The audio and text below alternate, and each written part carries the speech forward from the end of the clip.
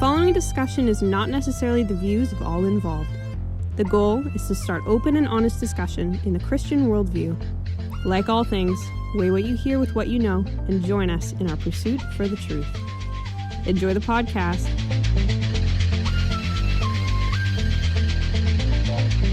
When Joel brought up triple helix individuals. Don't even talk about this, man. It would make a great fantasy novel. And the outer asteroid belt is the body of a dead god. And it's like, oh man, this is Warhammer. That's what this is. It's the aliens in Assassin's Creed have triple helix Aliens teeth. in Assassin's Creed. You know we're getting close to the end because we're derailing pretty hardcore.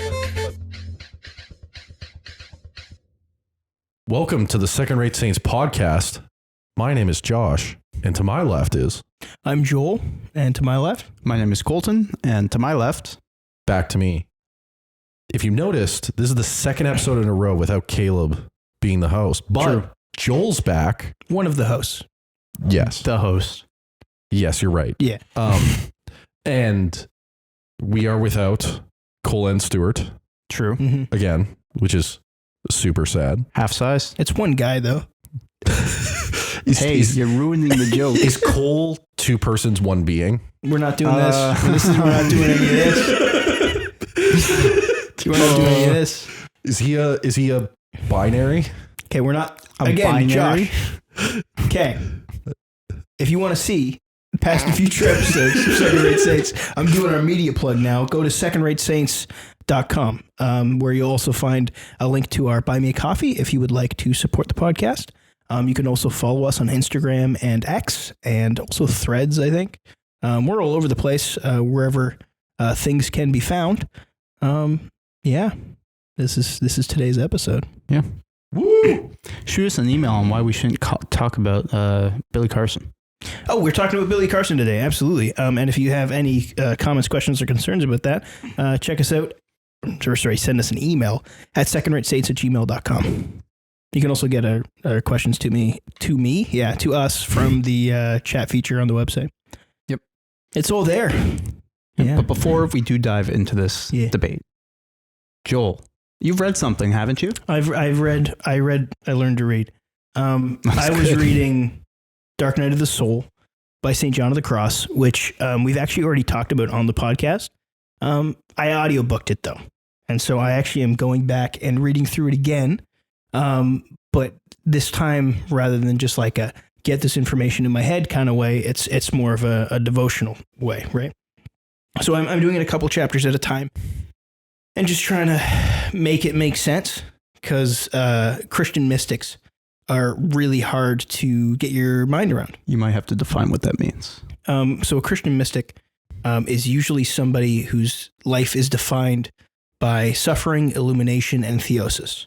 This is kind of the three categories that the Catholic Church has set out around what it means to be a Catholic mystic, a Christian mystic. And I think that we've let go of a lot of saints too easily, and we think of saints as being merely a Catholic thing, and I think that we need to reclaim some of that heritage. Okay. It's fascinating. Yeah, it's cool. St. John of the Cross. Yeah. Why was he considered a mystic? Him specifically, again, for a lot of the reasons, the suffering, the enlightenment, and the theosis, he actually became the spiritual advisor to Teresa of Avila, another Spanish mystic, and it kind of, which kind of shows you how mature he was, because he did that when he was 24, and she was 50, I believe, in her 50s. And she came under his guidance, and they started something called the Discolated Carmelites, which was kind of, the Carmelite order, kind of based off of the practices of Elijah, Mount Carmel, of course. They kind of had this hermit background to them. They would spend a lot of their times in devotion and prayer, completely apart from society. And they said, this isn't quite hardcore enough. We would like to be the discolated one. So all that means is they just didn't wear shoes to show even more devotion to the kind of standing on holy ground idea. Right. Like Moses. Yeah. And so one of the things that makes St. John of the Cross so interesting is that he actually was imprisoned by the mainstream Carmelites while making the Discolated Order. And they trapped him in a bathroom for like months and months. And while he was in there, all he had was a writing pad. And so a lot of what Dark Night of the Soul is him writing poetry and reflections during this time when he is like literally rotting in a closet. I believe he got out just before he died, right? Like he got out and then a couple months after he died, something like that. I'm only just becoming familiar with the story now, but it's fascinating. And then the Dark Night of the Soul is a more complicated issue that now I think it's like the fourth time we've brought it up on the podcast because Krista Winter brought it up when we interviewed him. Yep. And kind of one of the big things that I've gotten out of it so far, and this is like the image from Dark Night of the Soul, is that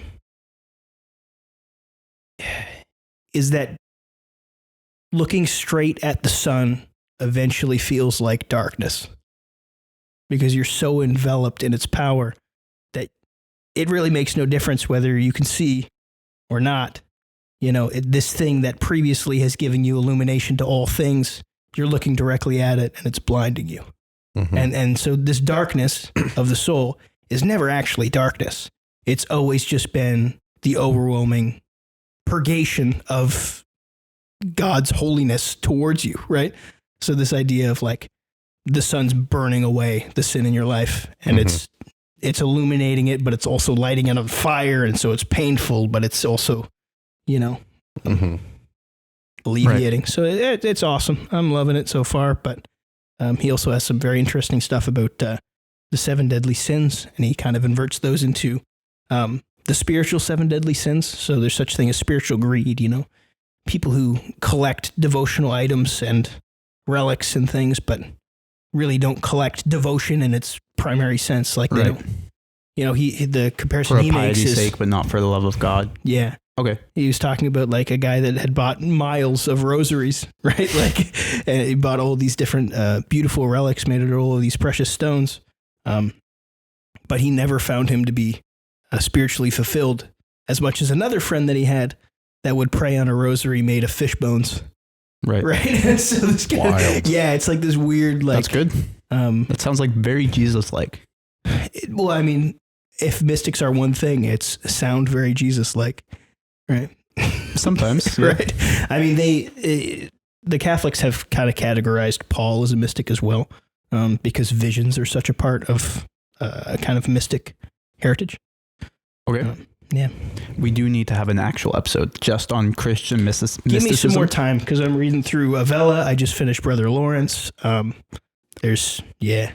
Well, here's the thing. I don't know what to make of, especially medieval Catherine mystics. of Siena. Yeah, is another good We're not one. going to talk about Catherine of Siena. There's a lot of we would consider many to be heretics.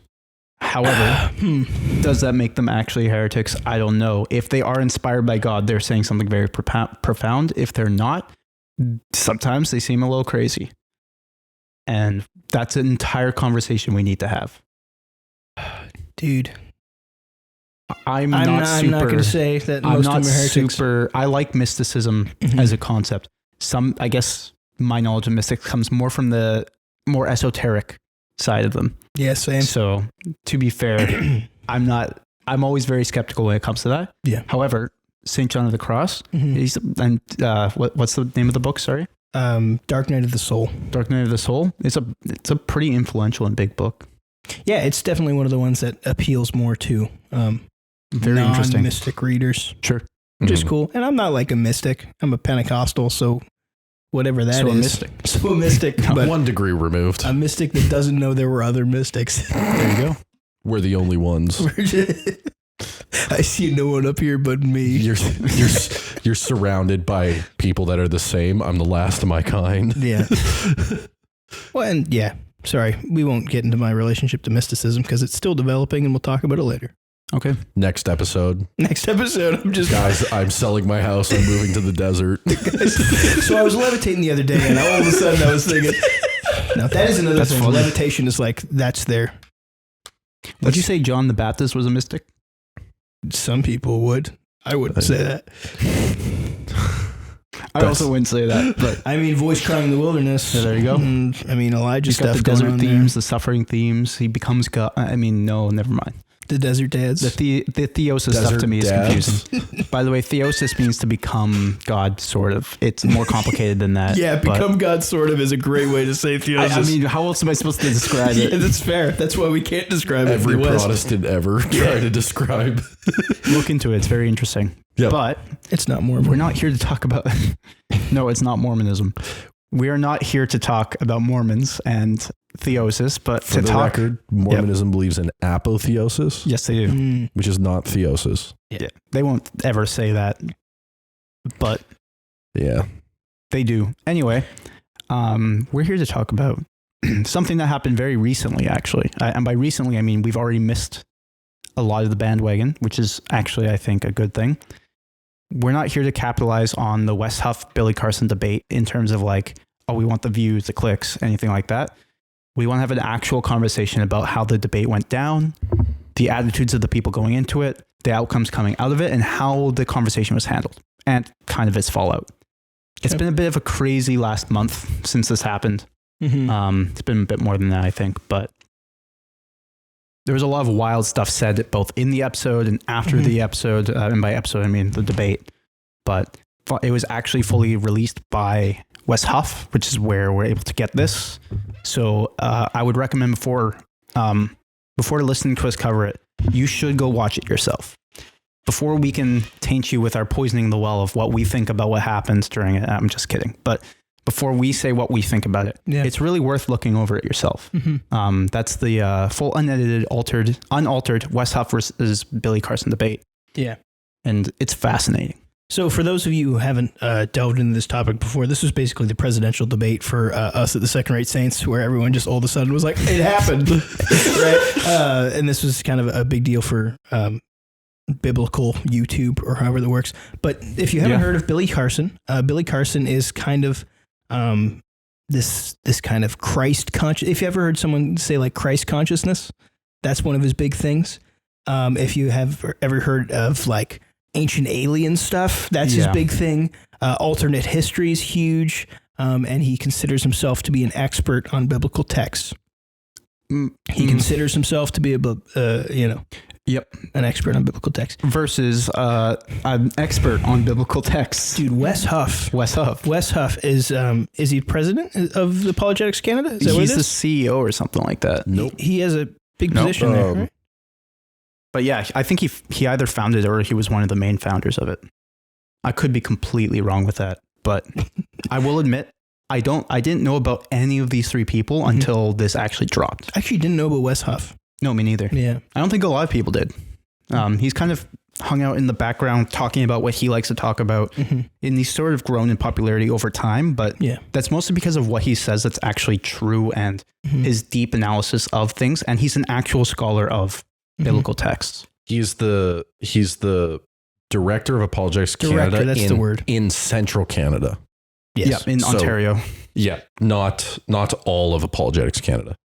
Cool. And so he's in like, if you've been to a conference, like a youth conference or like a big one that 5,000 to 10,000 people, maybe if you've been in a youth group, you'll have a speaker from Apologetics Canada, or if you went to seminary or an undergrad where you studied apologetics, Apologetics Canada would have been a resource that you would have gotten a lot of your stuff from. Yeah. He's one of the higher ups. Yeah.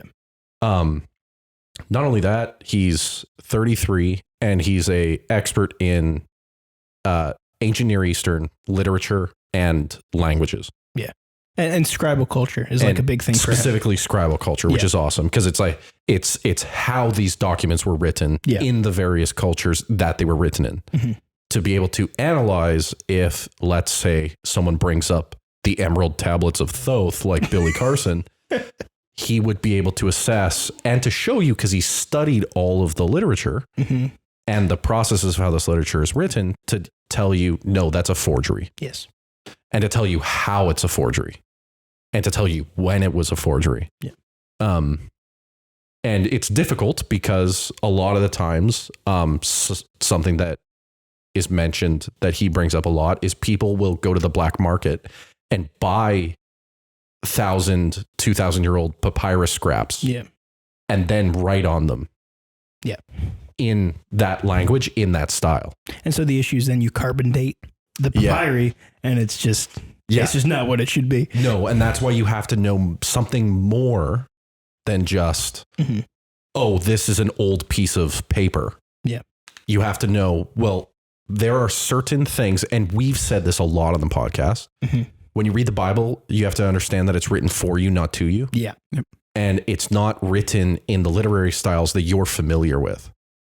And so there are markers that are seemingly invisible to someone who is not trained to read stuff that you just take for granted. And we learn these things in English class in school about how to read a novel and how it's different than a poem. And how free verse is different than sonnets. Even though they look similar. And one can mistake history for fiction, but if you're trained to know what to look for, you're going to know the difference between Middle Earth and Earth. Well, and specifically in like the biblical case, when history is written in a narrative format. Sure. So, and how to tell the difference between historical narrative and historical fiction. Right. Those things start to... And all of its various subgenres from there. Yeah. It gets crazy. Yeah. Especially when we're talking about ancient texts that that have been either passed down through generations, or some of them are like potentially 4,000 years old. Yeah. Or older. And so when we hear, like you were saying, when this was like our presidential debates, when we hear Wes Huff talk to Billy Carson and then Joe Rogan, and then on the Patrick Bet David podcast, we're hearing all these things that we've been learning in school and like higher than what we've learned, but still we have some knowledge of this stuff, and it's awesome because it's like, finally. Yeah. Well, I don't want to say it's validation, but it's definitely, it feels like a conversation we've been expecting for a long time, right? Like if you've listened to anything that Joe Rogan's ever done interviewing in like history, you know, especially this alternate history kind of pet theory stuff, a lot of it tries to use biblical text as proofing, right? And kind of this, you know, the Bible's got this hidden history that they're trying to hide from you, and then they can get conspiratorial about it with how the Bible's put together. And I think that, you know, people like us who have maybe spent a little bit more time on the we haven't done like the textual work, but on the actual studying of Scripture. Yeah, and that's something that it seems obvious to us that they're misusing it. Yeah, and that's something that does need to be stated. We are not experts in textual criticism. We do not at all actually read the text and manuscripts or anything like that, and we never claim to. But when we're criticizing someone like Billy Carson or even Wes Huff or something like that, it's not on the grounds of we're experts trying to debunk them, like Wes Huff tries to do, but rather we are common observers looking at it, studying the best we can, and making up conclusions based off of our own knowledge. And honestly, that's all we can do, because we are not Wes Huff who lives this life. Yeah. Which and I find we have fascinating. Some specialty of study, but not nearly as comprehensive or as focused. No. Well, I believe he's working on his PhD. I think that's his position right now. Yeah, because he really should. On his website, he has a bachelor's in sociology and then a master's, bachelor's of sociology from York University, and then master's of theological studies from Tyndale University, and is currently doing his PhD in the New Testament at the University of Toronto's Wycliffe College. Yeah. Whereas Billy Carson is kind of a bit of an internet personality, more so than a scholar or anything like that. Yeah. I don't know where he's like. Again, I hadn't actually heard about any of these people until the debate happened. Billy Carson apparently is pretty big in terms of this. I would describe him as a pseudo-Gnostic. He believes in this hidden knowledge and forgotten truth kind of thing that's rediscovered from all different kinds of sources, usually to do with aliens and to do with the material world rather than the spiritual world, as it will come up in the debate. but I didn't know who he was. So listening it for the first time, I didn't know what to expect from either of these people. But I've gone back and listened to some of Billy Carson's stuff, and man, I will admit, there's so many things coming at you at once, so many different ideas, and he backs it up with words from people that he's actually met or different sources that he has read. And he keeps throwing all of these different opinions out there, things that you cannot prove to be false unless you know like a lot about it. And it comes off as being very true. So to me, it's no wonder that a lot of people buy into what he says. He says things fairly convincingly in terms of like the wording. I do believe, however, that most of it is rhetoric. It's the way he says things and the kind of intrigue that the things he says promotes that I think has made him so popular. Yeah. He's not a scholar. He doesn't know what these things are. So from his website, Mr. Carson recently has earned a certificate of science with an emphasis in neuroscience at MIT, has a certificate in ancient civilizations from Harvard University. Among his most notable achievements, Billy Carson is the CEO of First Class Space Agency based on Fort Lauderdale, Florida. Mm-hmm. Specifically, his space agency involved in research and development of alternate propulsion systems and zero-point energy devices. Yep. Mr. Carson is also the founder of Forbidden Knowledge TV and Forbidden Knowledge, which the number 4 and then Bidden Knowledge, a conscious streaming TV network. He's also involved, and it's not here, but there's a YouTube collective called Gaia. That is involved in a lot of ancient civilizations, alien stuff, and alternate energy propulsion systems. Right. Atlantis, like those things. A lot of the stuff that we covered on the our episode on biblically accurate aliens. Yep. And what's unfortunate is he takes real, legitimate new archaeological viewpoints that are growing, Yep, and co-ops them. And you see this with this is a pattern that he has with a lot of stuff, where he takes an established viewpoint and tells you his interpretation of it as if it is the thing. I 100% agree. And he has a foregone conclusion about what the universe is and how it fits into like the spiritual idea. And he takes that and then applies things into it rather than what we say, if we're talking about the Bible, exegeting it. He won't exegete. He will take it and apply it to what he already believes. Yeah. And he is a best-selling author, which that's debatable, of the Compendium of the Emerald Tablets. Yep. Woke Doesn't Mean Broke, and the Epic of Humanity. Cool. I don't actually know much about the epic that broke humanity. I don't know what the that Epic one's of about. Humanity. Oh yeah. Let's go to it. Is that the Epic of Gilgamesh one? Because he does reference that in the talk, but potentially. Yeah. So he's got a wide-ranging influence, and it seems as if a Canadian has just ended that influence. Yeah. True. Before we get into the actual debate itself, there are a few things that we need to talk about. The thing that kind of brought this into even more relevance in terms of like, because it was on the online apologetic sphere for a little while, but if you knew about Billy Carson, you knew about Wes Huff, you knew that the debate happened, and you knew that a bunch of crazy stuff happened. However, more recently, Wes Huff has gone on to Joe Rogan's podcast to talk about, because he had Billy Carson on forever ago. And now he has Wes Huff on to talk about the debate and talk about just the ancient texts of the Bible, New Testament specifically, but some Old Testament as well.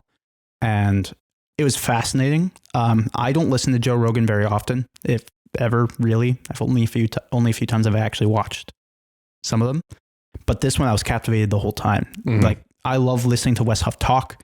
He definitely knows what he's talking about, but hearing him bounce off of Joe Rogan is fascinating. But it also brought into light some of the stuff that happened after this debate. Yeah. And a lot of that is the crazy legal battle that's kind of gone on. Josh, you might know a little more about it than I do. All I know is that he tried to sue Billy Carson and... No, Billy Carson tried to sue Billy Wes. Carson, sued. It's still ongoing, isn't it? Or has he actually delivered the papers? He's delivered papers. The thing is, though, is that because it's from America to Canada, there's extrajudicial stuff. Yes, but there's also zero. The 99.9% of the time, a lawsuit from one country to another over something like this, right, never works. Right, and he has no ground to stand on. Absolutely, he doesn't. Yeah. Anyway, I think he did it for, is it slander? Or yes, something. He put out a cease and desist to not use to Wes Huff. Cannot. He proposed. This is the suit that he's not allowed to use any reference of him or the debate. Right, which he has no legal claim over whatsoever. Yeah. Because it's not his podcast. It's not Billy Carson's podcast. It's not. Once you talk into the physical space that is reality, your words don't really belong to you anymore. At least in terms of like, if it was his own content, like his own channel, and he was using that, he might have a leg to stand on. But since it's Mark's, the third guy's, who I also don't know very much about, too, I will admit, his podcast and he's the one hosting it. Yeah. It means that Billy Carson doesn't really have any legal ground to stand on. But as far as I'm aware, Billy Carson's also sued Mark. Yeah. So Mark was a longtime friend of Billy's. They live in the same gated community. Yep. Their sons play sports together and like hang out all the time and are still hanging out. Apparently Billy Carson went to his Mark's wedding. Mark was in Billy Carson's wedding. Oh, other way around. Yeah. Like one of his groomsmen. It's wild. I didn't know it was a groomsman. Yeah. But. And they were going to have a conversation just on the internet themselves because he's a Christian and Billy Carson has a lot to say about Billy Carson. And they used to talk all the time about this stuff. And Mark was very interested in everything Billy had to say. Well, he's a truth seeker. Yeah. He wants to know more and more. Yeah. And he's a new Christian. And very new. Yeah. And so he was like, well, why don't we have this topic discussion? And then he started going through all the sources that Billy Carson usually references and found, hey, there's this guy that's really good with biblical texts and ancient Near Eastern texts. Why don't I? Yeah, that's Wes Huff. Yes, Wes Huff. Why don't I ask Billy if he could come on and discuss with us or maybe fly him down? Mm-hmm. He couldn't fly down to Florida, but he was willing to go on a Zoom call.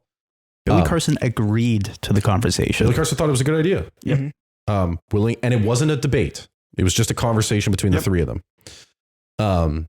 And so Wes Huff was like, yeah, because he had listened to some stuff that Billy Carson has said previously and had commented on it on his YouTube channel in previous videos.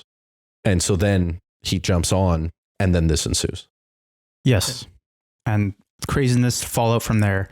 And that's what kind of the craziness fallout is what promoted into the mainstream and allowed Joe Rogan to kind of know about this Wes Huff guy. The Streisand effect. It is the Streisand effect. The more you try to cover something up, the more people get intrigued about it and the more it gets popular. And Wes Huff then gets invited onto Joe Rogan's podcast, onto a multitude of podcasts with both people he knows, people he doesn't know. So many people have covered this podcast or this debate. Yeah. And at least our hope is that we can add a little bit into that while not trying to captivate on the whole sensationalism. That's not the point of this. We don't want this to just be a view booster for us. Exactly. Or else we I would have also done it don't day think after. it would be. Sure, I agree. We tend to be very dry and that doesn't. No, I think there's some interesting things we could say about this podcast or this specific episode. Sure. Yeah. Okay. One more thing before we get into it, because we are going to cover some of the things that are actually said in the debate and people's positions, their rhetoric, stuff like that. But how do you guys feel the debate went? Because I've seen different people talk online about like Wes Huff, because as much as we call it a conversation, and it is, and both Mark and Wes have called it a conversation, because to be honest, that's kind of what it was, and that's how it's structured. But even Wes Huff put up the video, and it's called a debate. It is a debate in terms of they are battling ideas. How do you guys feel about how people walked away from this before even the whole legal battle stuff. Mm-hmm. Does Wes look good because of this conversation, both rhetorically and as a Christian? Does Mark look bad? Does he look good? And Billy Carson, what would we expect Billy Carson to do after this? Hindsight tells us we know what happened, but what do you guys feel? I mean, I think that if you honestly watch it feels a little bit like Billy's coming out swinging right to begin with, right? Like just kind of grandstanding his positions, being overly confident in his positions. He does, and not really expecting to get as much kickback as he did. I think the whole thing would have went a lot better if it was structured like a debate. Absolutely. But the problem that Billy Carson has had is he's gone on all these different podcasts and he said, no Christian will debate me. Nobody will talk to me about these subjects. And like, he got caught, dude, because he comes into one conversation and I think he kind of gets dumpstered. Okay. I agree he gets dumpstered in terms of his ideas. Yes. I wouldn't put it that extreme, but yeah. His ideas are presented and you get to see how fragile he is, but his actual positions were standing on a lot of his confidence and not on ground. Well, he claims to be like a reliable historical source. And when Wes comes out with big hitting questions like, what's your methodology? Actually, this thing that you reference in dozens of videos is not what you think it is. And actually in this podcast, he corrects the Codex Sinaiticus is not what he actually means when he's referring to something. Either because he's lying or because he just misappropriated it. But either way, he's been confidently saying that the Codex Sinaiticus was this thing that said that there's no crucifixion of Jesus, stuff like that. That is the crux of this whole debate. Yeah, there we go. Is the discourse over the Codex Sinaiticus. Because what Billy Carson is doing is he's calling it the Sinai Bible, which actually the fact he calls it the Sinai Bible may indicate that he studies it from a Muslim point of view, which could be the reason he thinks that. Because Christian scholars don't call it that. They call it Codex Sinaiticus. Yeah. And I even watched some follow-up on it between Mike Winger, Inspiring Philosophy, and Wes Huff. And all of them were like, yeah, we've never heard it called that. Like, no scholars call it that. But yeah, so the Codex Sinaiticus, basically, you'll find that Billy calls it out and says, hey, I'm not saying that Christ wasn't crucified, but Codex Sinaiticus, the earliest known Bible, says that, or says that he may not have been crucified. And then, it follows that Wes Huff is like, hey, that's not true. Here's Codex Sinaiticus. It doesn't say any of that. Yeah. Next question, please. Imagine you're a Christian who doesn't know what the Codex Sinaiticus is, or you're not willing really to look it up because, for whatever reason, that's a big word, whatever. Yeah. What Billy Carson says, and he says, the earliest known Bible we have, which, again, the Codex Sinaiticus is not the earliest known Bible. It is one of the earliest, if not the earliest, codified Bibles that we have, whole Bibles that we have. But we do have older manuscripts from and collections like the Miratonian canon and stuff like that, which are older but don't contain all of the books of the Bible. Anyway, Codex Sinaiticus, when you say that Jesus wasn't crucified, that immediately goes, whoa, what? What do you mean? What does it actually say? And then you keep listening to some of Billy Carson's stuff, who I've watched a fair amount of his videos at this point.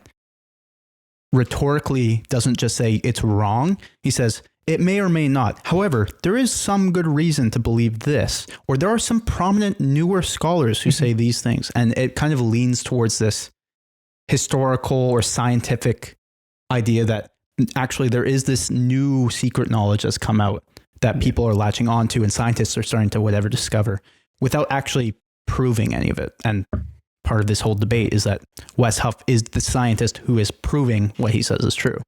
Yeah. Why do you think that Billy Carson agreed to this conversation?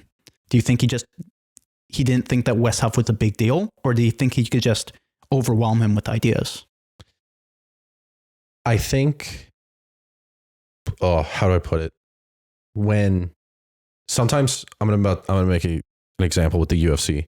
There will be cases where, or like with boxing, where you can accept a fight and you can get far by accepting the right fights.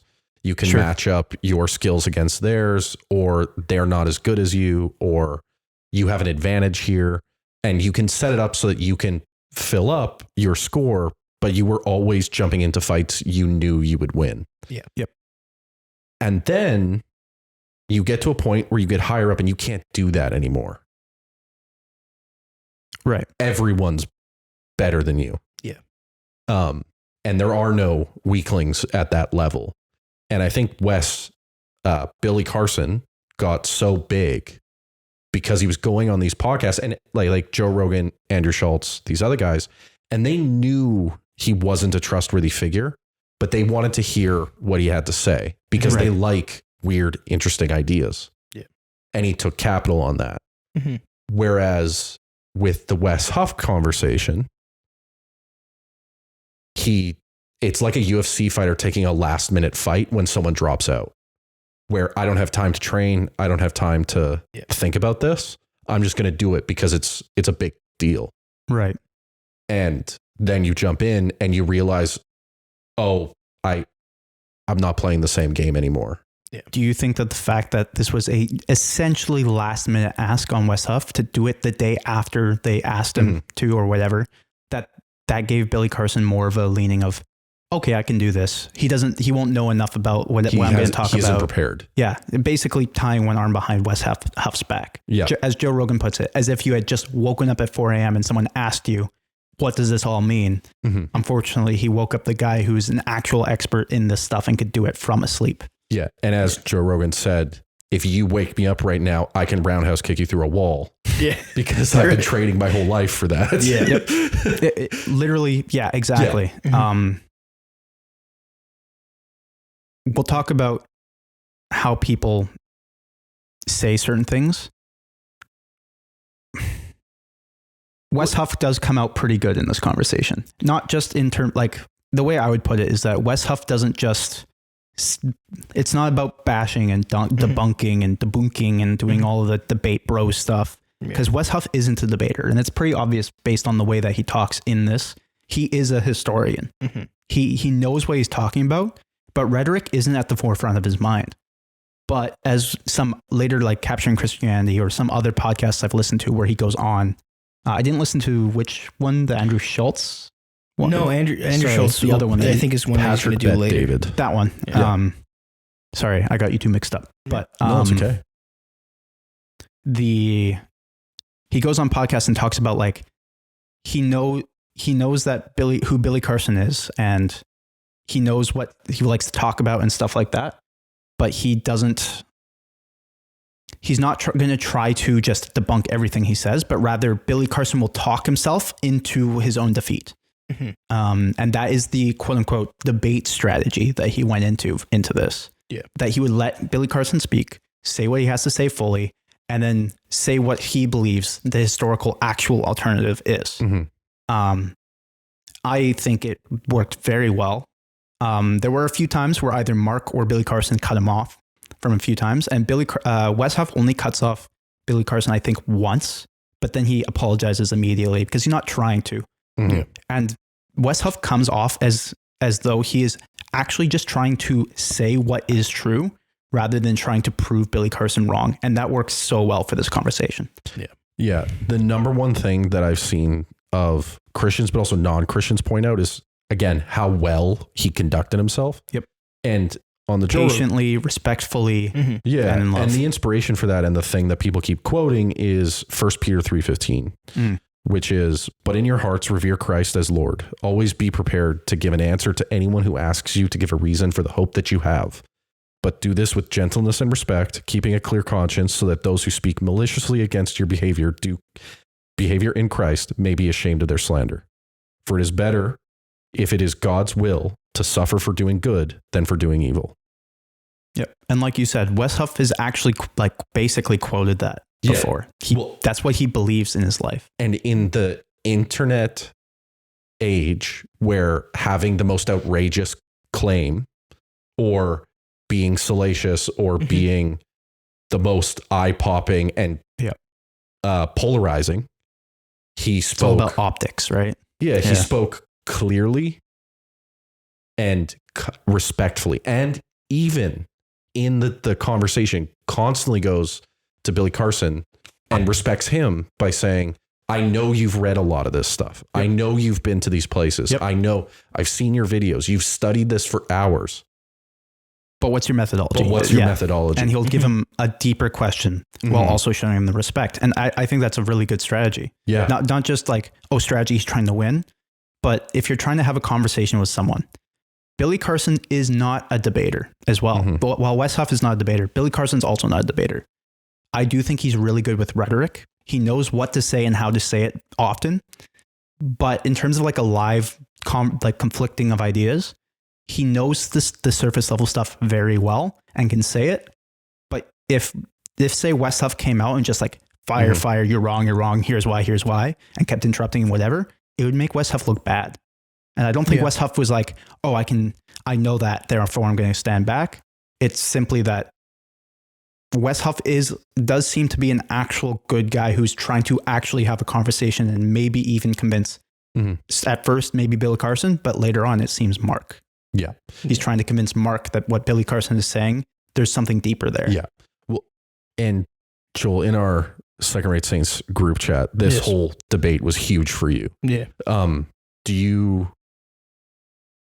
I'd like to hear more of what your thoughts were about that, the conduct and the conduct. Yeah. So I get pretty upset at online discourse a lot of times.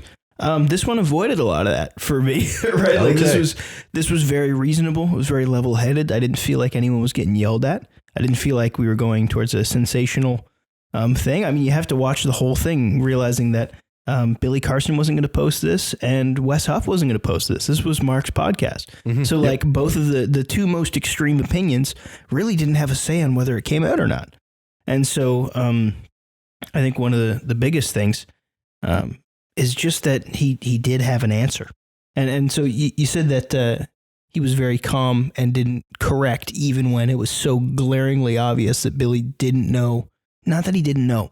He was volunteering and what is it? An opinion without actually volunteering information. Yeah. You know, so an example of this, and I think Wes Huff was like, this was, he's playing chess, not checkers, right? Like when he starts talking about the Enuma Elish, and it's like, well, you know, it's word for word Genesis, right? And he goes, the Enuma Elish and Genesis are word for word. And you know what? We talked about that in our Genesis episode, that there are commonalities between the two. He even brings up the polemic idea a little bit. I don't know if it's in this podcast Billy or in one of the different ones. Doesn't bring up the polemic. No, Wes Huff definitely does. Yeah. Billy Carson doesn't seem to know genre, right? And that's is what it is. But what he does is beautiful because he asks Billy Carson if he's ever read the Enuma Elish. And rather than say, yeah, I've read so-and-so, he actually says, yeah, I did a lecture on it. And so it's like, okay, you already know this is an issue because he's not saying, yes, I'm familiar with the source. It's, no, I am the source, right? And so Wes Huff's immediately like, okay, tell us the story. And it's not combative, but then immediately Billy Carson just shows that he has really no metric for what views are compatible with what.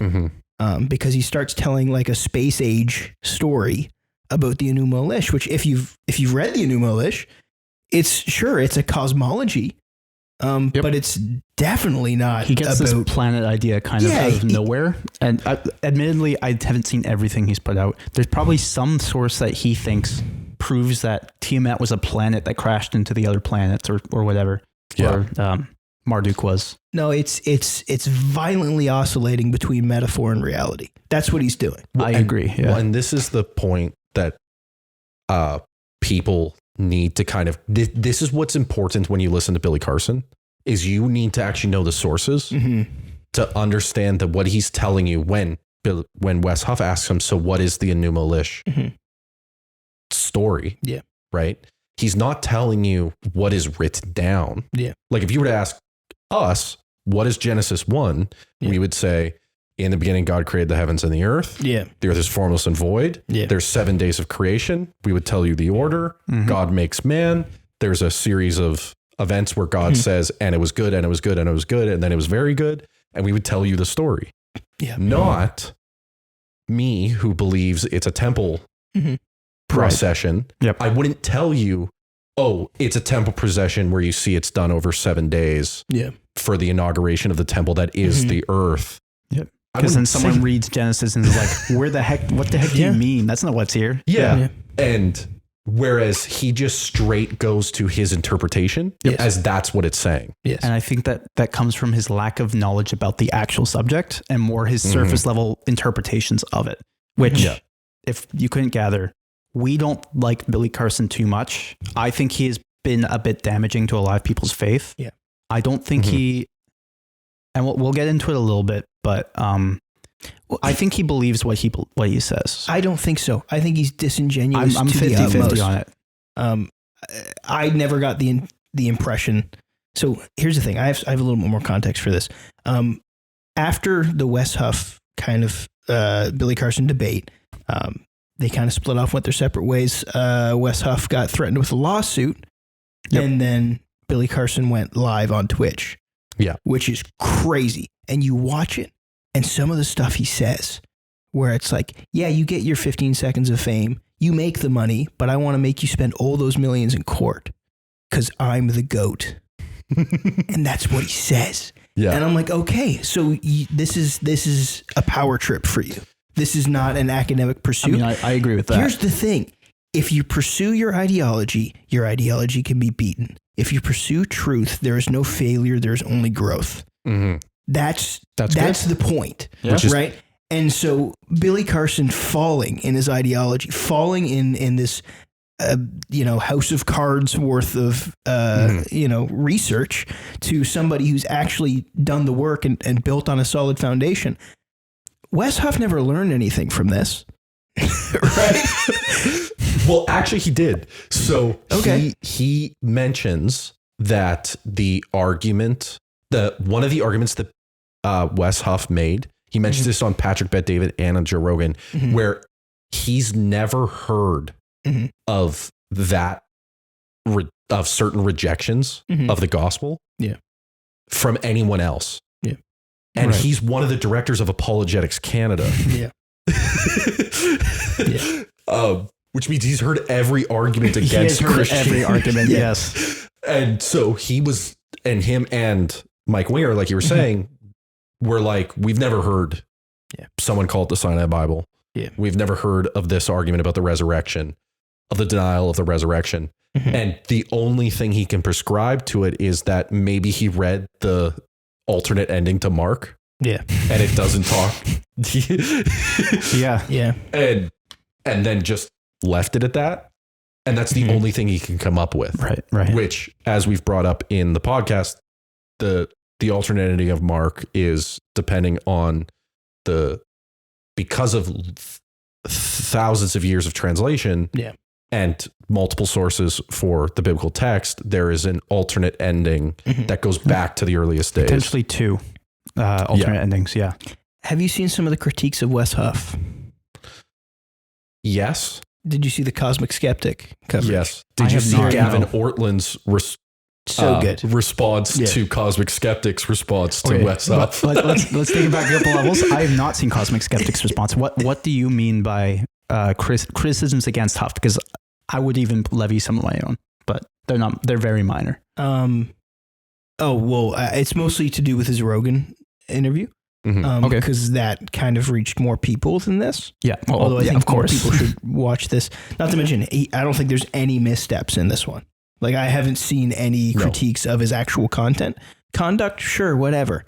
It kind of sucks that his camera gives out for a minute or two, but there's no real. I don't know. It kind of lets Carson cope for a little bit. It does. I think one of the saddest things about this is the way that I think Mark is being led astray by Carson. He was. And believes that he's having these Christian conversations. Yes. That have no basis. 100% true. And we did say that Mark was a new Christian, and that's not true, because he talks about studying C.S. Lewis back in the day. Yeah, Right? Like he had a new faith experience that reinvigorated him into Christ, but he doesn't have a very solid footing in it. Yeah. I guess I would say he's a young Christian more so than a new Christian. Fair enough. Yeah. The other thing is, so on the Patrick Bet David podcast, Mark comes onto the podcast for the last 5 minutes with Wes Huff. Cool. So because Patrick Bet David's podcast is also in Florida, because Wes and Mark have now become friends because of this. Cool. And Mark is now studying with Wes. Really? Yeah. So like he's getting information and books and sources and help from Wes on where to go. Wow. And Wes just gives a glowing review of Mark for everything he's done in this. Yeah. And he says he's one of my new favorite people. Yeah. And actually presents, because he's getting so much flack for interrupting, speaking too much. He does do that a lot. Yeah. Despite it being, but Wes Huff defends him in that, and that's really cool. And he also acknowledges that he spoke too much on PBD's podcast. Yeah. But then also, both of them have mentioned just how many letters and messages they got from people saying, because of Mark inviting Wes Huff, I've now been pulled out of the darkness that was Billy Carson's media, and I'm now returning to Christianity. And Mark kind of represents, like we said, he was being led astray a bit by Billy Carson, who he had this church experience with his wife. He talks about it in the last like 20-ish minutes of the episode, which I think quite a few people probably skipped over, because once Billy Carson leaves, there's not as many reasons to listen to him. But Mark, I've seen the actual debate twice. And both times I had a very different view of who Mark was. The first time, I thought this was just a straight debate. He's the host. He's doing the big... He's a moderator. Yeah, I've watched a fair amount of debates online, and they have a very either one way or another way that moderators tend to go. Either they're very hands-off, or they try to guide the conversation, whereas Mark felt like he was trying to insert himself into the conversation constantly, which isn't what the debate is about. It's not, like you said, it's not really a debate. It's more of a conversation. And he even said, I wasn't a moderator. Yeah. Yeah. He acts like a moderator based on if you come with understanding it is a battling of ideas, he is a moderator in that sense, but it's his podcast. They're having a conversation, and he kind of is the neutral third party in this that cares about what both have to say. He likes Wes Huff. Even before the episode, that's why he was like, oh, we should have him on. He sounds cool. He didn't know too much about him, but he's like, oh, this is an actual historian, whatever. Yeah. Whereas Billy Carson's like one of his close friends. And throughout the episode, you can see that Mark doesn't really turn on Carson at all. He's a very close friend of his. He even talks about how much he respects Billy Carson and how he's appreciative that Wes Huff can respect him. And he just wants everybody to respect each other. Totally fine, totally fair. It gets very grating on the first time I watched it, that he would talk for very long, very slowly about what he wanted to talk about that wasn't as pertinent to what they were debating or whatever. But as it goes on, and especially that last 20 minutes where he talks to Wes Huff about his experience, how he feels about God, and how this has changed his worldview a little bit on like, oh, there's actually deeper knowledge here that could be found. And Wes Huff is like, I love that. You're great. He's actually just talking to him like he's a friend. And he's like, the one thing I would be careful with you with is just be careful what Billy Carson says. I respect him. I love him. He's a great guy. Yeah. But just be careful, because not everything he says is, or at least just do the research yourself. Stuff like that. He tries to encourage Mark rather than dissuade him from listening to Billy Carson. And that's kind of his attitude for the whole episode. But Mark, after this, I don't know if he has really said too much about his relationship with Carson, but we know that Billy Carson has basically cut him off from his life completely. Yeah. Their kids still hang out, which is important to him. That's good. And he's really wanted to keep the drama down for his family. That's good. And Wes Huff was like, absolutely, I'll take all the heat. Give me the episode. I'm releasing it. Yeah. And Mark is just he kind of feels like an audience insert. Yeah, absolutely. Joel, go. You were about to say something. Oh, I was just going to say, kudos to him for even letting it be released, right? Because what he could have also done is just not release the episode and then not went through with all this kind of stuff. But he is somebody that even though it seems like every, podcaster has like pursue truth, right? Like that's kind of their empty platitude that they'll put out. He clearly, if he doesn't mean it, he's living it, right? Because he's like, I think that ideas should be able to stand on their own 2 feet, and gives out the debate or the conversation or whatever. Yep. Excellent stuff. It's fantastic. Are there any specific points you guys want to really hammer down? Like Colton, what was your favorite point that he made? The whole conversation. Anyone. Even if it's like the Emerald Tablets of Thoth, which I don't think you talked about in this one, but not as much. But no, the Emerald Tablets thing is very funny though. They've been getting a lot of light on the internet the last year. True.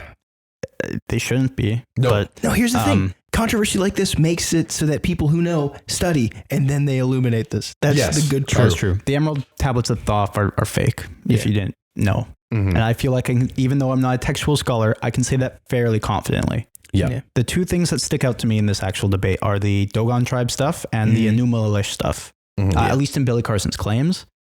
And specifically, both of them I think are wild. And I've listened to a bit of Billy Carson's stuff on it. I mean, it sounds like your typical conspiracy theory stuff, which isn't necessarily a bad thing. If you care about that stuff, that's fine. But he talks about it. He says things, especially about Thoth or the Enuma Elish stuff. And it's like he makes assertions without backing them up. He'll jump from topic to topic, and you'll talk about it. And as soon as Wes Huff tries to ask a question, he goes, "Why are we even talking about this? There's so much other things we can talk about." That's like an actual quote from the debate. Let's talk about the Old Testament now. It's like, okay, we're not talking. Which he's not. Yeah. He is an expert in it in the what we would consider to be expert. Mm-hmm. He would not call himself. Wes Huff is an expert in New Testament and Greek studies. Yeah. Textual criticism. Yeah. And scribal culture specifically. Yes. Yeah. Like he's talked about how he has studied Plutarch, Xenophon, and the Bible, obviously, but there's more than just that. And in all of them, he's trying to find the truth from those things. So when Billy Carson tries to go to the more esoteric Old Testament stuff, Wes Huff doesn't want to get sucked down that rabbit hole. And he comes into this knowing a fair amount about Billy Carson. And you can see that when he asks him and keeps bringing back to, what is your methodology? Where are you getting this information from? Not just not where are you getting this information from, which is, I think, what most people would do in a debate like this. So they'd be like, oh, where are you getting that from? Oh, I don't think that's a good source. And then it becomes my word versus your word. And Billy Carson's audience is going to be on his side, and Wes Huff's is just going to call the other side crazy people. He doesn't ask him where he gets it from. He lets it stand on its own 2 feet and just asks him, how do you know it's right?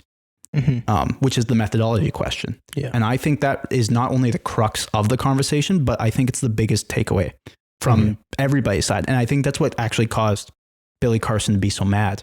As soon as he starts talking about methodology, Billy Carson's added, it started with the Sinai Bible, the Codex Sinaiticus, in terms of him getting a little more upset and trying to change the subject. But when he brings up methodology, Billy Carson's attitude changes, his body changes.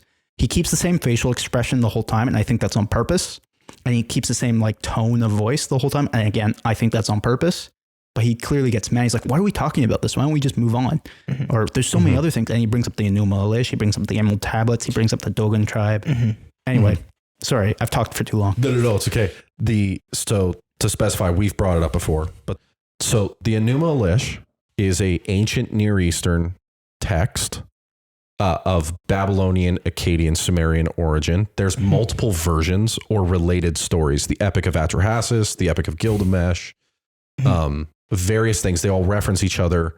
And they did play an influence on the biblical text in a polemic sense, which we've discussed in the Genesis story. And they talk about on the podcast as well. Yes. And the biblical story makes reference to them because it's countering those ideas presented, which were common, which, because the Epic of Gilgamesh, the Enuma Elish, all these stories are older, they influenced as the dominant religious culture all the way to Turkey and up to Egypt. So that whole central Middle Eastern section. The story simply is very long, but the arc of the story is there was nothing. And then there was two gods, a male and a female, Apsu and Tiamat, one of which was represented by fresh water and one salt water, or order and chaos. Right. Saltwater was Tiamat, who was depicted as a leviathan, a dragon, multi-headed. And then you have Apsu, Super order, cool. super awesome. And then they have two kids, which are a male and female goddess, Lapsu, Lamu and Lahamu. Yep. And then they then have 900 god children. Yep. Many of which are called Enki, Iana, And AI, I think, right? Are you going to name 900 gods right now? No, just the major ones. Nana, Sin. Yeah. Yep. Various ones. Very similar to, you could say, the Greek gods or the Egyptian gods, where there's a pantheon. Yep. Anyways, Tiamat's a little upset about how loud they are. Tiamat doesn't like how they're disrupting their life and tells Apsu to go deal with it because he's a sit-at-home dad. Yep. That's my inference from it. Anyways, he speculates, well, why don't we just kill them? Yep. Enki, the head god, the firstborn son of the gods, heard this. And so when Apsu was sleeping, he goes and he kills him, the father, because he doesn't hear that Apsu says, no, that's actually a bad idea.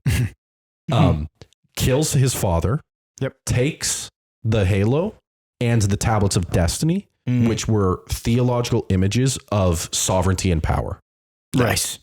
Yeah. Takes the halo, forgets the tablets of destiny. Okay. So then he goes back. I forget that part. Yes. Okay. Then he goes back. Tiamat's angry and creates 11 to 15 demons. Yep.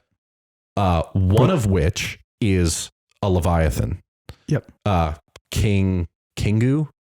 Yep. Yeah. And the 900 gods. The actual text does not stop saying what they are and how great they are. Yes. It's like 7 times. It repeats the exact same 5 lines or whatever. Yeah. It's very long. It repeats them. There is a constant battle between the gods and the demons, and they are in a stalemate. They cannot beat the gods and Tiamat, their mother. So Marduk, Enki's son from the top rope. Yes, Enki's son Marduk has not been fighting in the battle because this is his grandparents and he could care less. But Marduk is special because he has eyes all around his head and has magic words. And they make something about fire too, but I don't really understand. Enki tells Marduk, his son, please join the battle. We'll give you anything. Yep. And he says, cool, make me the head god. I get the tablets of destiny and the halo of power. Make me sovereign over all the gods. Yeah. And you have to give me your weapons. Yep. Your special weapons of war. Yeah. And so he takes the chariot from one of the gods and one of the gods' nets, and one of their bows. And while they're fighting the demons without Tiamat, he goes and challenges Tiamat himself. Yep. And while she gets ready to breathe fire on him, he fills her with his magic words coming from his mouth, and he descends upon her, catches her with his net so she can't fly away. She smashes her over the head, I think, as well. Yeah, destroys her and cuts her in half. Yeah. Half of her body becomes the land, half of her body becomes the sea. To split the waters. Yep. Yeah. And then the rest of her blood seeps into the ground and forms humanity. And the gods aren't very happy about that. Yes. But Marduk says, aha. Opportunity. And he gets them to make temples and cities for the gods so that they don't have to work anymore for food. Yep. And that's generally the story of the Enuma Elish. Which was proclaimed at the beginning of every Babylonian New Year, right? Yes. And you see references to this story throughout the Bible. In Job, the Leviathan that is mentioned and the behemoth are direct references to the Enuma Elish. Yeah. Satan being a serpent is a direct reference to this. The creation story in Genesis 2 follows the same word choices and patterns of speech of the beginning of the creation story. So Anuma Alish means when on high, which just means in the beginning. Pretty much. Yeah.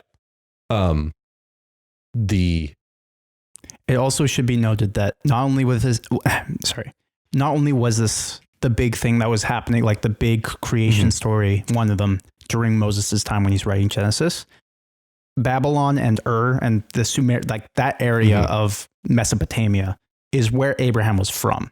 Now, not Babylon itself. He was from the city of Ur, which is not too far. It would have been a vassal state of the Babylonian city, potentially, when Abraham was alive. Yeah. Well, and the Anuma Elish changes depending on where they find the copy in which city. Yes. Because Marduk city is Babylon. And it's also why it's the most popular, is because they're the ones who conquered everybody else. We founded Ashurbanipal. So it's like, Babylon was his thing, right? Yeah. Right. But it'll change depending on who is the god that defeated Tiamat historically, depending on which city was currently in charge. Yeah. And so, for example, Ur was the city of Nana Sin, who was the god who would partake in the death rituals. And he has a line where he would come to judge the living and the dead. Right. Which is fascinating for Bible stuff. Yeah. And even in the Enuma Elish, we can see parallels and ideas. As Billy Carson talks about, there are words from these creation myths that he can see in the Bible. Yeah. But and then Wes Huff's like, oh, which ones? And he says the separation of the waters. And he goes, that's all you have? I could give you more than that. And he does in some other podcasts too. He's like, there is more than that. However, it's what it's saying about them and how it's using it. It's not just copying those words. It's actually inverting them. Yeah. And as we've mentioned, that's called a polemic, and it's a counter. You're saying that idea is actually wrong. Yep. Yes. When Marduk literally cuts the body of Tiamat in half and puts half in the sky and half on the ground to separate the chaotic waters that the gods live in, as the heaven and the earth, how can we not see that as God being above the waters, separating them, creating the earth and creating the heaven, and putting distance between them so that there can be dry ground in between? Like there are obvious connections there. However, what does the Bible say about it, and how does the Enuma Elish use it? It's clear that the Bible is saying something, using that idea, if it's using that idea, which we do believe it on this podcast, and is subverting it basically. Yep. Very powerfully. Yeah. And those differences are key. Yes. And so the point. Yeah. And so that just lends to this idea that Wes Huff brings up, which is what is your methodology? With a methodology is the patterns and practices that one employs to discern how a text or operation should be read. How do you verify that it is a truthful document? What is the veracity of the object? He brings up words like verisimilitude, which obviously Billy Carson has no idea what that means. He doesn't even know what methodology means. Dude, you must have practiced it to be able to say that, because I've been trying and I can't do it. It's a fun word. I love it. Verisimilitude. Verisimilitude. Okay, I got it. That's actually... Yeah. And so this comes up with the next topic that you wanted to bring up, the Dogon tribe, which is there was a conversation where Billy Carson says, well, we have eyewitness sources of the resurrection. An eyewitness. Oh, yeah. Whereas Wes Huff says that, right? And then Billy Carson says, well, we have eyewitnesses of the Dogon tribe stuff. And he says, okay. They're claiming to be eyewitnesses, but how do you know they're eyewitnesses? Yeah. And that's methodology. Exactly. He asks them, now, I think this is one of the quote unquote criticisms I have of Wes Huff. It's not a criticism, really. I think it's not even a misstep. It's just, you could have said something that's more profound to more people if you had not, instead of saying methodology every time, or using words like verisimilitude, although he does explain what that means, and using whatever, he's talking in the scholarly sense and using the words that the scholars use, which is effective at first, but then he keeps saying, okay, yeah, but what methodology are you using? Which is effective. But then with Billy Carson, Billy Carson either intentionally tries to shift or he misses the point because he doesn't really understand what that means. And so if Wes Huff brought it down a little bit, said, okay, how do you know that what they're saying is true? or something like that, that would have changed how the conversation went. Joel, we did an episode on biblically accurate angels Yeah. and aliens. Very much in the same line. as this. Very much in the same line. Do you think the Dogon tribe had contact with aliens and knew where certain planets were? Yeah, they're from Sirius A or B or something like that. Oh, yeah. I mean, no. Like, what kind of question is that, right? Like, but don't you understand? They knew about the third or fourth star from the Sirius system that you could only know with super advanced astronomical charts. That's the claim. It's wonderful how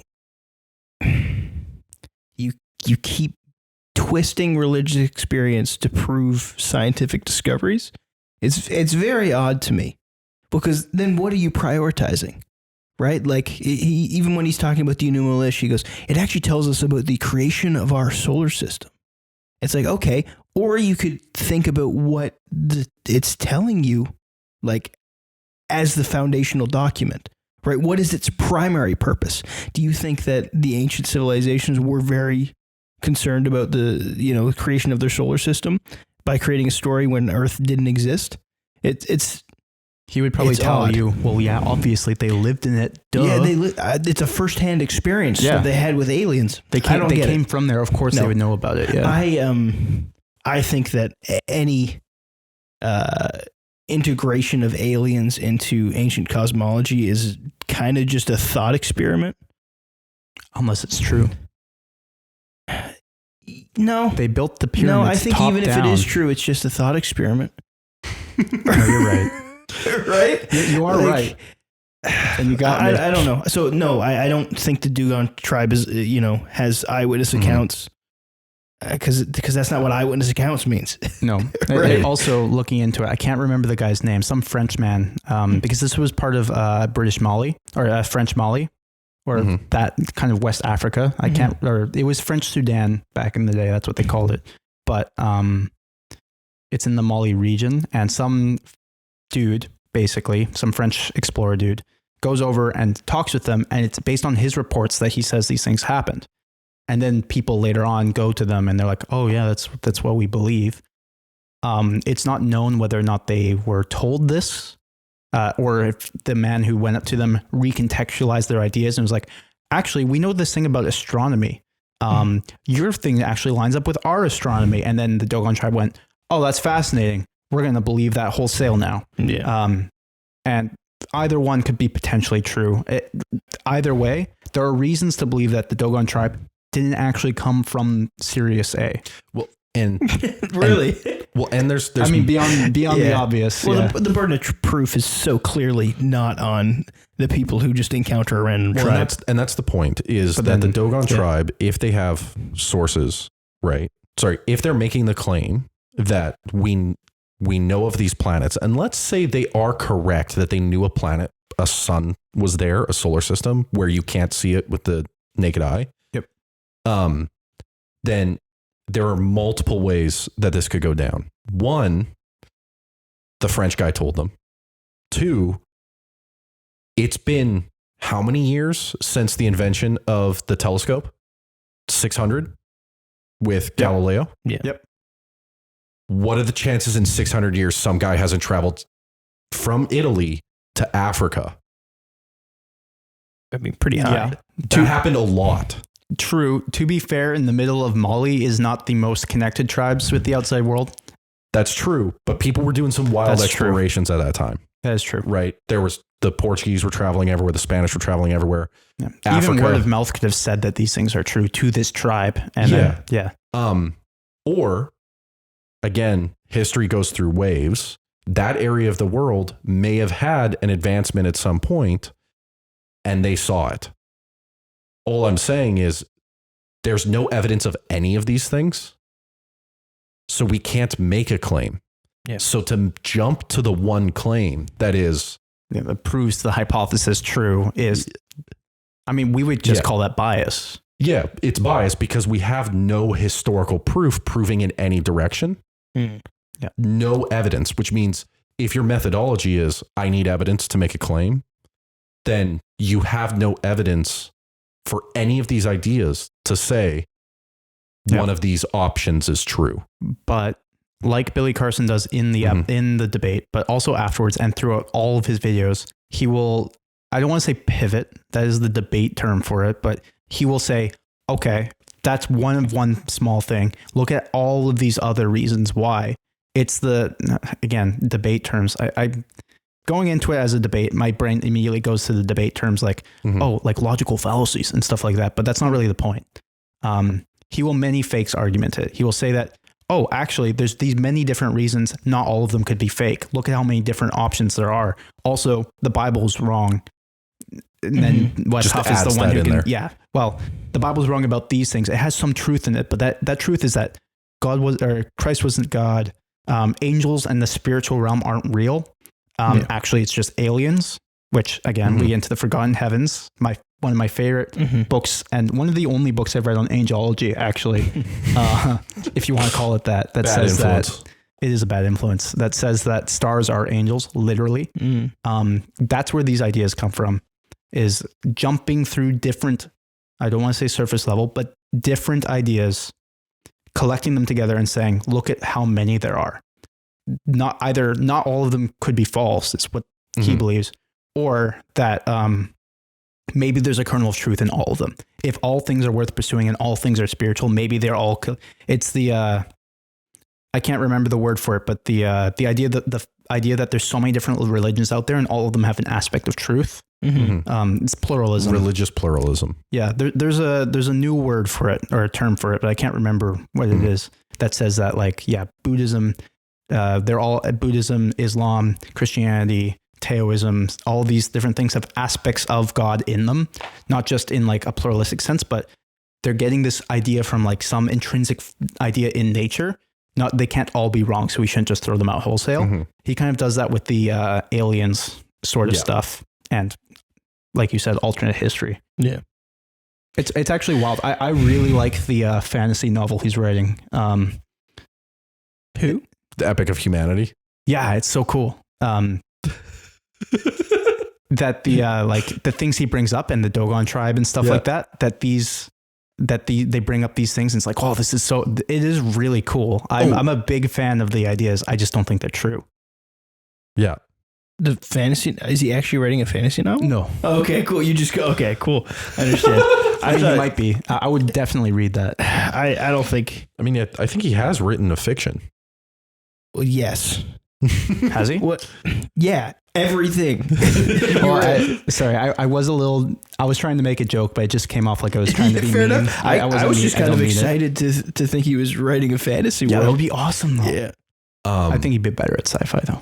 So how do we, because we have a podcast, this is going to bring it down to the practical end. How do we get Wes Huff? No. How do we get Billy Carson to debate us? How do we learn from Wes Huff in our conversations? Like, for example, a long time ago when Joel brought up triple helix individuals. Don't even talk about this, man. And I said, why don't bring this up? I can't believe you do this to me. No. I need to be shamed because, and I said, I don't think you know what you're talking about. And you were right. Yeah. But I could have said it a lot better. That's true. I don't think I deserved any better than that. No. Well, you do. Obviously, you're not a stupid person. I said a stupid thing. Why do you think that? Because I had a friend when I was a kid, and he told me that he was going to get a syringe and start injecting animal DNA into chicken eggs. And then he goes, Asian people have triple helix DNA. And so, like, these two things, for some reason, only one of these stuck. And I shouldn't have thought that. But then I thought I read it somewhere else. And then you played Assassin's Creed, and I didn't play Assassin's Creed. That's the other thing. Okay. Yeah. That's the thing in Assassin's Creed. Yeah. I've never played any of them. The aliens in Assassin's Creed have triple helix. Aliens in Assassin's Creed. We're getting close to the end because we're derailing pretty hardcore. Well, no, but practically, how do we learn from Wes Huff in our conversations? Because there are times you think that we shouldn't shame Joel for saying a triple helix? No. There are times where we don't live up to that standard that we're called to in the Word. Exactly. Yeah. How do we get better at that? Yeah. And think about it this way: with the debate, he could have gone on, and one can make the argument. This is the whole utilitarian argument. Of he could have gone in and bashed Carson and kept a lot of people from believing what Carson believes. And in a way, he obviously didn't bash him. He respects Carson, and I respect Carson too. He does actually fly out to these places and talk with people. I do think he actually does believe what he believes. Joel might be on the other side of that. Yeah. I'm 50-50, more in the middle for that. Like, I've gone one way, I've gone another. The fact that he gets so upset so soon, the way he gets upset and the way that he talks makes it sound like he knows these things very well surface level, but that he's very emotionally invested into them, not just for his own. I think that the lash out, which I didn't actually know happened, that's wild. Yeah. They did that on Twitch. It's like 3 hours long, dude. It's crazy. Jeez. Like, there's no case after that. Yeah. But well, I mean, you don't watch all 3 hours of it. It sucks. No. That would be a nightmare. We should do that. Live. 3 hour live stream. We're going to react live where we just hold our faces like the YouTube thumbnails. Yeah. But he could have done that. Wes Huff could have gone on debunked him the whole time or whatever. But instead, what he did is he may have saved one man's faith and many more people's faith because of the way he approached it. Yeah. Immediately with Mark, who I think that he may have actually saved Mark from being led astray into these more Gnostic, not actual Christian beliefs, like that Jesus didn't die and rise again, stuff like that. But also, just like we talked earlier, people have emailed him, people have emailed Mark, when he went on Joe Rogan and just talked about it, it opened up the world to see that Christians can be good conversators. You don't have to debunk everybody. And to actually, quote unquote, win the argument. He wasn't trying to win. He was trying to do his best to, like you said, stand up for the truth. Yeah. And if the truth is real, won't it stand on its own 2 feet if you present it well? The way that he said is that you always come with the defense, like that First Peter thing. Come with the defense, say what you believe to be true and know it very well if they ask you. With respect and kindness. With respect and kindness and gentleness. Yeah. Which he did very well.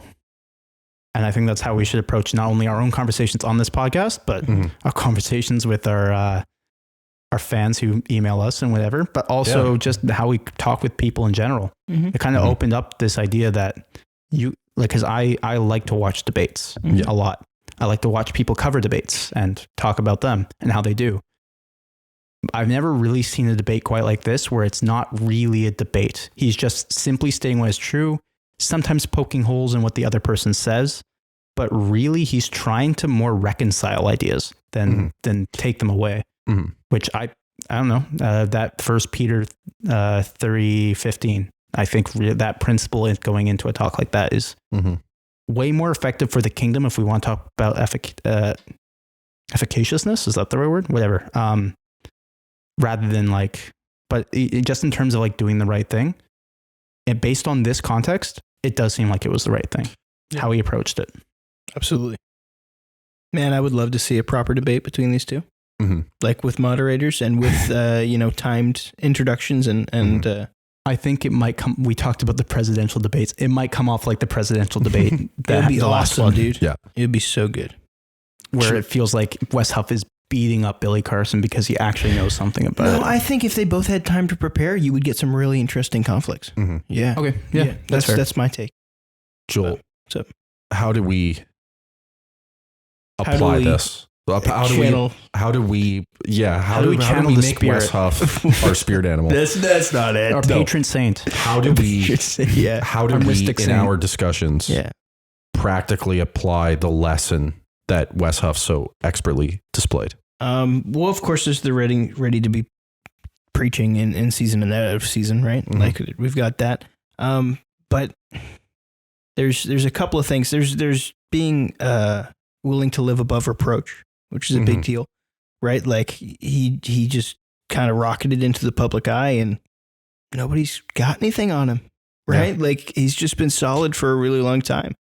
And I think that's pretty important. But I don't know what to think of it, honestly, because it feels a little bit like I never knew what an actual biblical scholar was going to look like on Joe Rogan. Yeah. Right? Like it doesn't, we're in a pretty niche field of study and we're not always the most interesting people to talk to. And he's right? in like the niche of niche studies. Oh yeah, he's more niche than we are because the we whole haven't textual specialized analysis. That's crazy. Cool stuff. Not crazy. You know what I mean?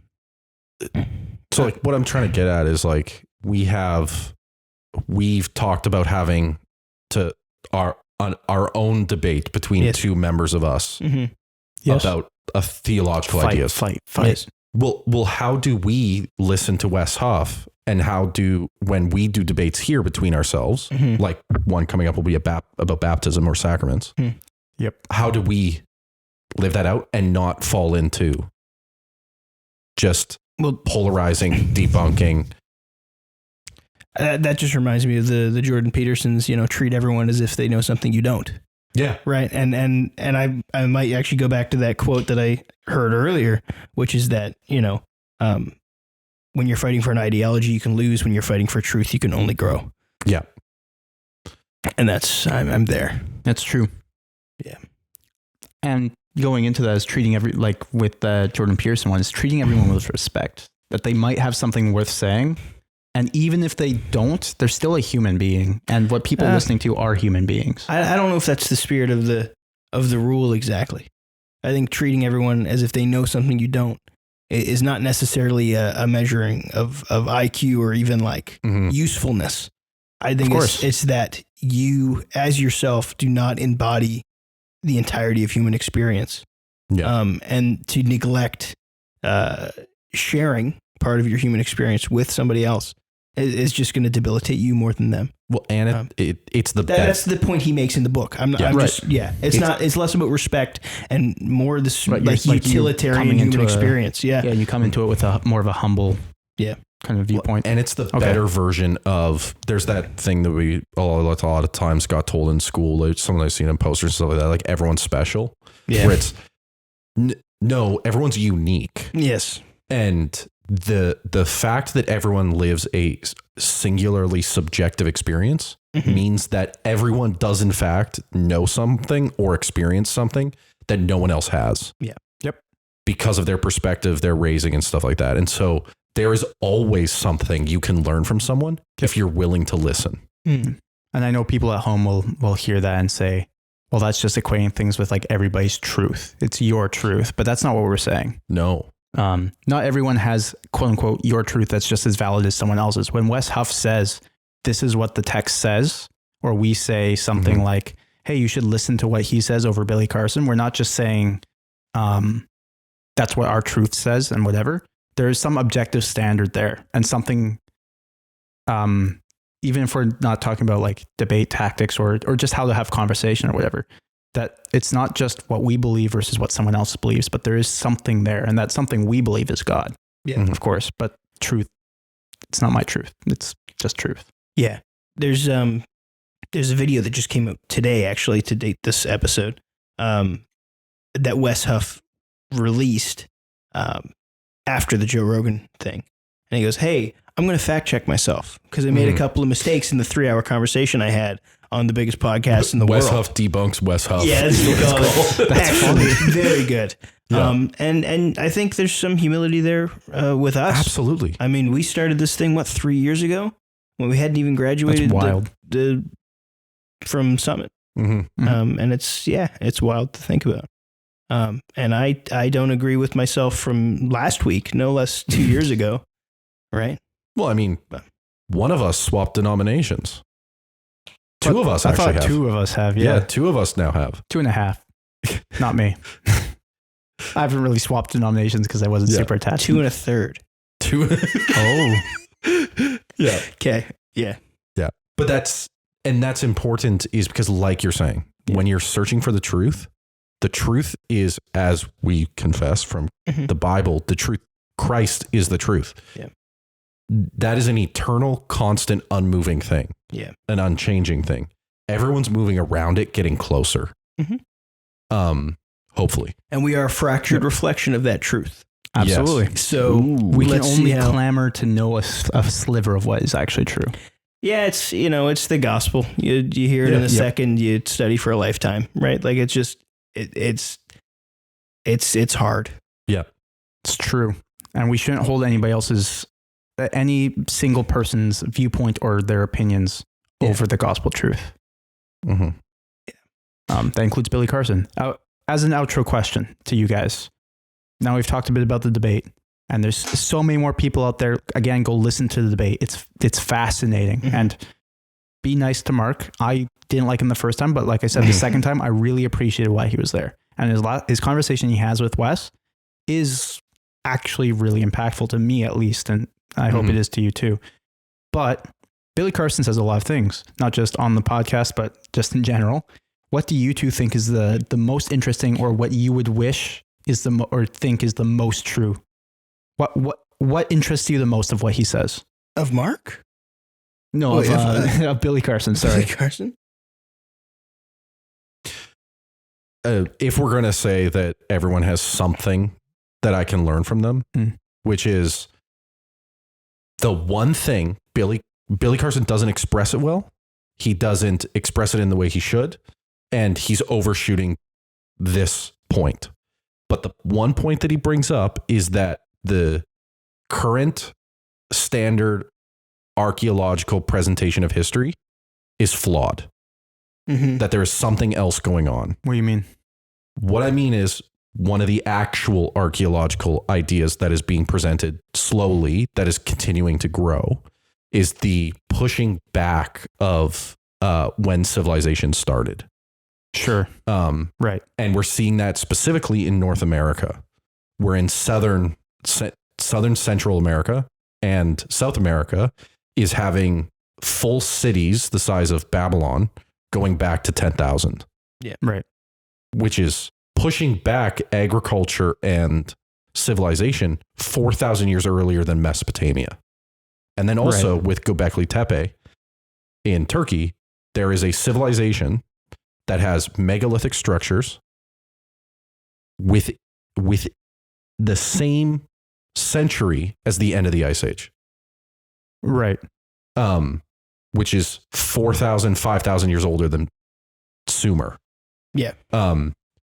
Where they have agriculture, where they have megalithic structures, thousands of people. And the weird thing is that their structures get less and less sophisticated as you get closer to the modern era.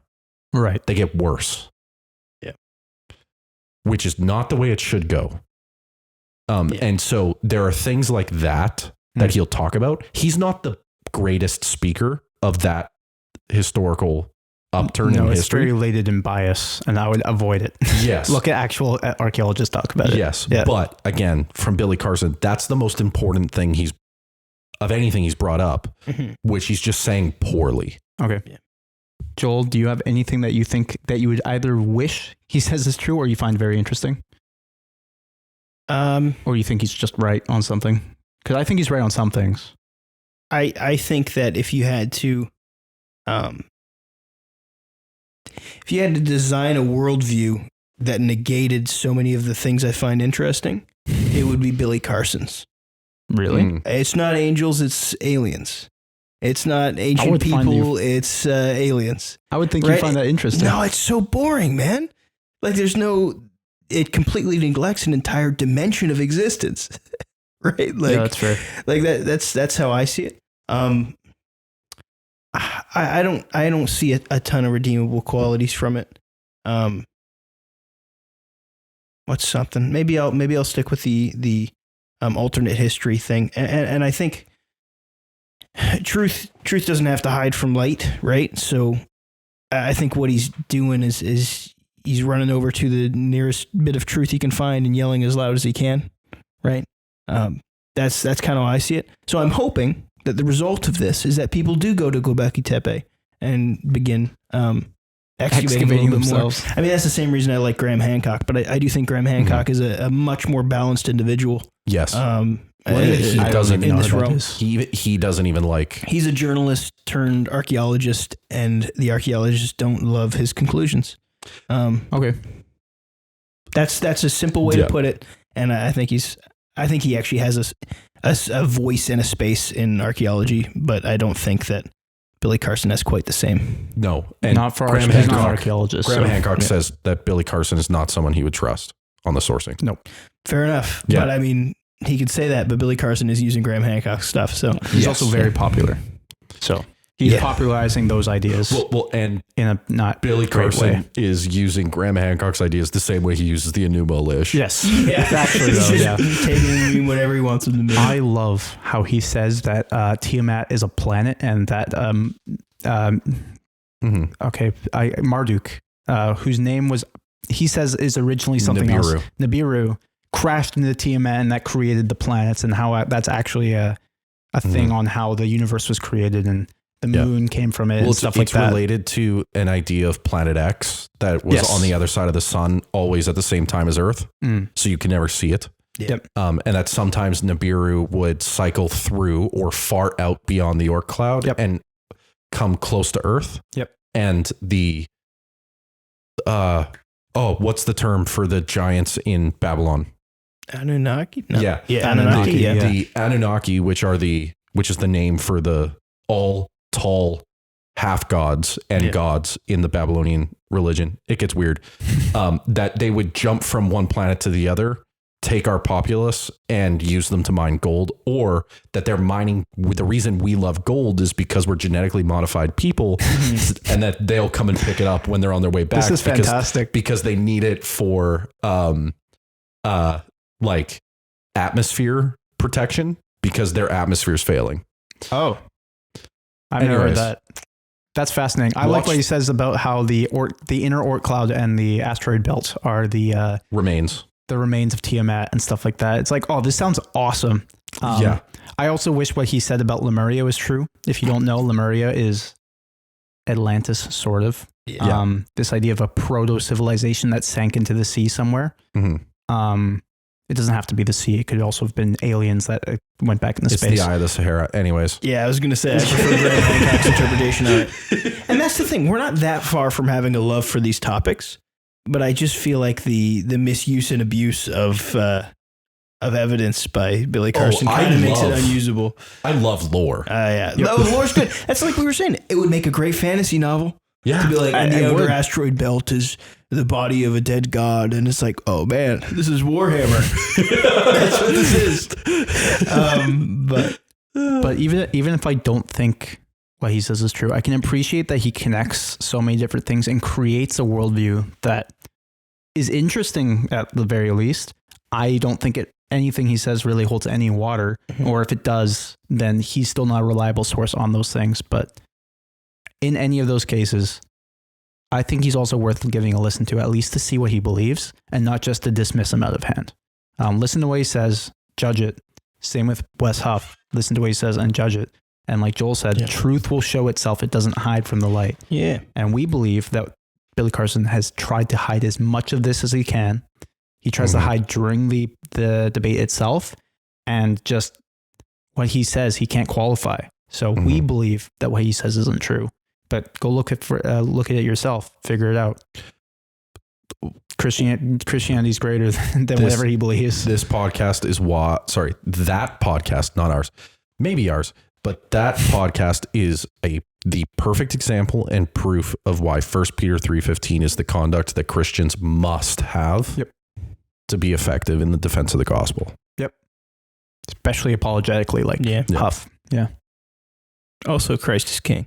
Christ is absolutely king, and not an alien. Not an alien. Okay, this has been the Second Rate Saints podcast. If you'd like to see all of our past and future episodes, check us out at secondраtesaints.com. If you have any questions, comments, or concerns, you can email us at secondраtesaints@gmail.com or use the chat feature on our website. If you'd like to support the Second Rate Saint podcast and this next year, then you can donate to us at buymeacoffee.com/secondраtesaints or use the link on our website. Thank you for another excellent episode. Message us with questions, comments, and concerns for our next Turt episode once you watch this debate. Yes. Because we would love to get some interaction on this. Okay. Love you all. Have a great day. Bye. Even Caleb likes you. Even Caleb likes you. And that's your new sign statement. Anyway, Stuart loves you. Caleb likes you. Stuart loves you.